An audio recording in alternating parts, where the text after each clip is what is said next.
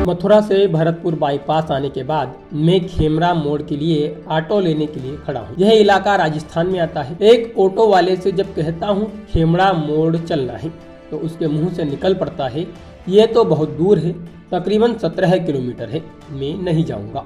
इस बीच दूसरा ऑटो वाला आ जाता है, वो चलने को राजी हो जाता है। रास्ते में बातचीत के दौरान मैं कहता हूँ मुझे अपना घर जाना है। वो कहता है अरे सर, आपको पहले बोलना चाहिए था ना। इस रास्ते में उनके 4 आश्रम हैं। ये संस्था सोसाइटी के लिए बहुत शानदार काम कर रही है। अब इस संस्था में जाने और इसके फाउंडर से मिलने की मेरी उत्सुकता बढ़ जाती है। कुछ देर के बाद फाइनली मैं अपना घर पहुंच जाता हूं। एक बड़ा सा कैंपस, अलग अलग पार्ट में 6 से अधिक बिल्डिंग, गेट के ठीक बगल में बने प्रशासनिक हॉल में मैं एंटर करता हूं। सामने कुछ स्टाफ के लोग बैठे हैं। एक दीवार पर राशन पानी के साथ कुछ आंकड़े लिखे हुए होर्डिंग लटका हुआ है। दूसरी दीवार पर कितने लोग इस आश्रम में रह रहे हैं उनका आंकड़ा लिखा हुआ है। मैं एक स्टाफ को अपना परिचय देते हुए कहता हूँ डॉक्टर ब्रजमोहन भारद्वाज से मिलना है। कुछ देर बाद एक मीटिंग से फ्री होकर भारद्वाज मुझसे मिलने के लिए आते हैं। भारद्वाज अपना घर संस्था के फाउंडर हैं। ब्रजमोहन मुझे अपने केबिन में लेकर चले जाते हैं। मैं कहता हूँ इतनी सारी बिल्डिंग दिखाई दे रही है, इसमें किस तरह से लोग रहते हैं। डॉक्टर ब्रजमोहन मुझे रोकते हुए सरल अंदाज में कहते हैं इन्हें लोग नहीं प्रभु जी कहिए, ये हमारे प्रभु जी हैं। आप देखते होंगे कि बस स्टैंड, रेलवे स्टेशन, सड़क किनारे हजारों लाखों ऐसे लोग मिल जाते हैं जिनका इस दुनिया में कोई नहीं है। शरीर पर मक्खियाँ भिन भरा रही है, कई हिस्सों में कीड़ों ने घर कर रखा है, खाने को कुछ है नहीं, महीनों से एक ही अवस्था में पड़े हुए हैं। इन्हीं लोगों को हम अपने आश्रम में रखते हैं, इनकी सेवा करते हैं। यही इनका अपना घर है। मैं आपको इनसे मिलवाने ले चलूँगा, तब आपको बहुत सारी चीज़ें समझ में आएंगी। ब्रजमोहन मोबाइल निकाल कर एक व्यक्ति का वीडियो दिखाते हैं। यह वीडियो इतना भयावह है कि कुछ देर के लिए मैं ठहर जाता हूँ। आप यूं कह सकते हैं कि मैं सन्न हो जाता हूँ। व्यक्ति के माथे के पिछले हिस्से को कीड़ों ने खोखला कर दिया है। दोनों कान कीड़ों से भरे हुए हैं। घाव में कीड़े बजबजा रहे हैं। कुछ मेडिकल स्टाफ इसकी सफाई कर रहे हैं, सर्जरी, ड्रेसिंग और ऑपरेशन कर रहे हैं। ब्रजमोहन कहते हैं इससे भी दर्दनाक स्थिति में हम इनका रेस्क्यू करके लाते हैं। कई रात तक मैं सो नहीं पाता हूँ, खा नहीं पाता हूँ, सोचता रहता हूँ कि किसी इंसान की इतनी दुर्दशा। कहते कहते ब्रजमोहन की आंखें डबडबा जाती हैं। वो रोने लगते हैं। बताते हैं 1993 से इनकी सेवा कर रहा हूँ। इनकी व्यथा देख आज भी कलेजा फटने लगता है। कुछ देर के लिए हम दोनों चुप हो जाते हैं। मौन तोड़ने के लिए मैं ब्रजमोहन से उनके निजी जीवन के बारे में पूछता हूँ। पॉकेट से रुमाल निकाल कर वो अपने आंसू पोंछते हुए कहते हैं अलीगढ़ के सरहोई गांव का रहने वाला हूँ। खेती किसानी से घर चलता था। जब मैं 6ठी क्लास में था तो एक घटना घटी। गांव में एक बाबा रहते थे। उनका इस संसार में कोई नहीं था। हर रोज वो पूरे गांव की गायों को चराने के लिए ले जाते थे। इसके बदले गांव के लोग उन्हें खाने पीने की चीजें दे देते थे। कुछ महीने बाद वो बीमार हो गए। अब कोई अपना रहे तब तो रेगुलर बेसिस पर इलाज करवा पाए। कभी कोई तो कभी कोई उन्हें वैद्य के पास लेकर चला जाता था। धीरे धीरे उनकी तबीयत और बिगड़ने लगी। पूरे शरीर में घाव हो गया। दिन भर मक्खियाँ भिनभिनाती रहती थी। एक दिन इसी परिस्थिति में उनकी मौत हो गई। बाबा की आखिरी तस्वीर आज भी मेरे दिलो दिमाग में चस्पा है। उसी के बाद मैं सोचने लगा कि देश में ना जाने कितने ऐसे लोग होंगे जिनका कोई नहीं होगा। इसी तरह से उनकी भी मौत हो जाती होगी। अब उम्र इतनी कम थी कि मैं क्या कर सकता था, लेकिन ये घटना मेरे दिमाग में बैठ गई। जब बड़ा हुआ तो डॉक्टरी करने का ख्याल आया ताकि इन लोगों के लिए कुछ कर सकूं। बातचीत के बीच व्हील चेयर चलाते हुए बबीता गुलाटी आती है। गुलाटी ब्रजमोहन से कहती है बाहर कुछ लोग आपसे मिलने के लिए आए हुए हैं। मैं भी ब्रजमोहन के साथ बाहर आ जाता हूँ। कुछ लोग महाराष्ट्र से आए हुए हैं। इनके किसी जानने वाले की मौत हो गई। पूछने पर एक महिला कहती है कि जिनकी मौत हुई वो दिमागी रूप से अस्वस्थ थी, कोई उनका अपना नहीं था। कई सालों से ये यहाँ रह रहे थे। कुछ लोग ऐसे भी थे जिनकी तबीयत खराब है, किसी का एक्सीडेंट हो गया है। ब्रजमोहन उन्हें दवा सजेस्ट कर रहे हैं। वो कहते हैं मैंने होम्योपैथी की पढ़ाई की है, करना तो MBBS चाह रहा था, लेकिन ज़्यादा रैंक नहीं होने की वजह से BHMS ही मिला। डॉक्टरी करने के लिए ही भरतपुर आया था, तब से यहीं का होकर रह गया हूँ। ब्रजमोहन हमें यहाँ रह रहे कुछ लोगों से मिलवाने के लिए लेकर चलते हैं।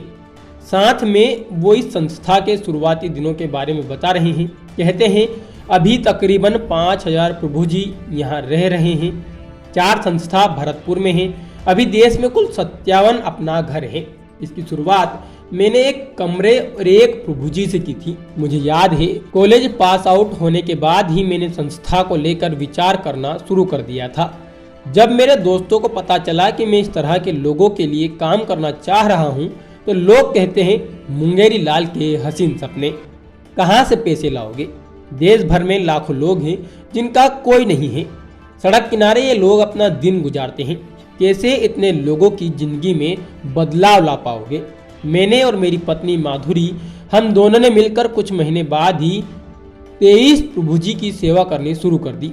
पत्नी ही सभी लोगों के लिए खाना बनाती, उन्हें नहलाती धोती, यहाँ तक कि कई ऐसे भी थे जिन्हें डायपर पहनाना पड़ता था। इनकी साफ सफाई भी माधुरी ही करती थी। सामने के आश्रम से माधुरी आ रही है। ब्रजमोहन कहते हैं हम दोनों एक दूसरे को 8वीं से 9वीं से जानते हैं। धीरे धीरे हम दोनों एक दूसरे को पसंद करने लगे। माधुरी भी वही करना चाहती थी जो मैं चाहता था। बाद में परिवार के खिलाफ जाकर हम दोनों ने शादी कर ली। जब मैंने शादी की उस वक्त भी परिवार के विरोध का सामना करना पड़ा, और जब ये आश्रम शुरू किया उस वक्त भी घर वालों का कहना था अभी तुम्हें लग रहा है हम इन लोगों की सेवा करके तुम अच्छा कर रहे हो, लेकिन बाद में पछताओगे, सोचोगे कि खुद के लिए क्या किया। ब्रजमोहन के साथ मैं एक बिल्डिंग में एंटर करता हूँ। बेसमेंट में स्टोर रूम है जहाँ चावल, दाल, आटा से लेकर कंस्ट्रक्शन मटेरियल, तेल, साबुन, हर चीज रखी हुई है। ऐसा लग रहा है जैसे किसी मॉल के फ्लोर पर हम दोनों हैं। ग्राउंड फ्लोर पर किचन का पूरा सेटअप लगा हुआ है। मशीन से रोटियां बनाई जा रही हैं। बड़े बड़े ड्रम में दाल बन रही है। ब्रजमोहन कहते हैं कि यहीं से भरतपुर के सभी आश्रम के लिए खाना जाता है।